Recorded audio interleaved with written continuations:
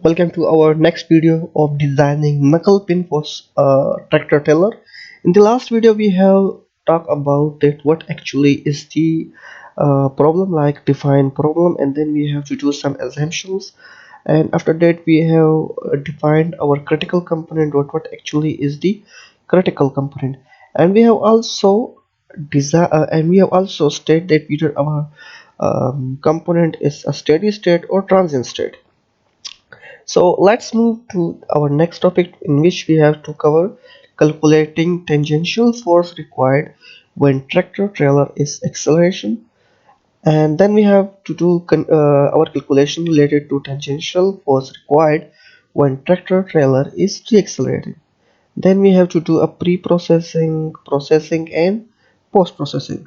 After that, we have to show our steps in ANSYS workbench, and in the end we have to do our conclusion. So let's move to our calculating tangential force required when tractor trailer is accelerating. Okay, so here as we can see, uh, the speed, let's suppose at first we are going to suppose that our speed of a tractor is moving at 20 km per hour. I mean the velocity here is 20 km per hour. By finding the velocity from speed to tractor, we have to convert kilometer per hour into a second, I mean into a meter per second. Similarly, for finding accelerations, we know that acceleration is equal to final velocity minus initial velocity divided by change of time. And we also know that for finding tangential force from Newton's second law, we know that F is equal to ma. So we have to assume our mass, and as our acceleration can be found from this 20 km per hour. Okay, let's move to our next slide. Okay, so as you can see here, okay, sorry, similarly, okay, so that's how we can calculate our tangential force for when tractor trailer is accelerating.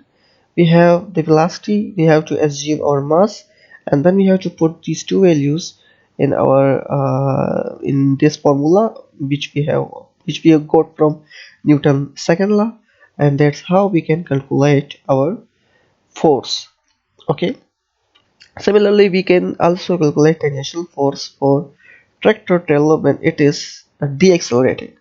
So here again we have to assume our speed is 20 km per hour, and we know that for finding velocity from speed of a tractor, converting kilometer per hour into meter per second.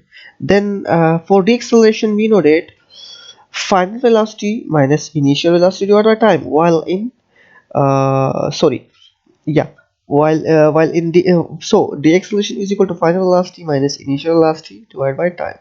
Similarly, for finding tangential force, we have to get this formula. Okay, in the pre-processing steps, we have four sub steps in pre-processing steps. The first step is creating a model, which we have already designed in our SolidWorks. This is our model.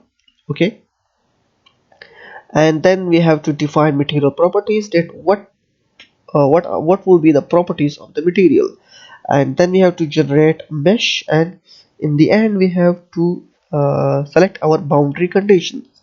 So as you can see here, we have already designed our part. So this is our creation of model steps. Then we have to define material properties. As you can see here, we have selected in ANSYS we have selected gray cast iron material, and as from the values, we have know that its density is 7200 kilogram per meter cube, and its tensile ultimate strength is 2.4 multiplied by 10 to the power 8 Pascal, and its compressive ultimate strength is 8.2 multiplied by 10 to the power 8 Pascal. So that's our material properties. Let's move to our generation of mesh steps. So after generating our meshes in ANSYS, we have concluded that we have selected the mesh type triangle, and 18427. So the elements over here is 18427 and the numbers of node is 30385.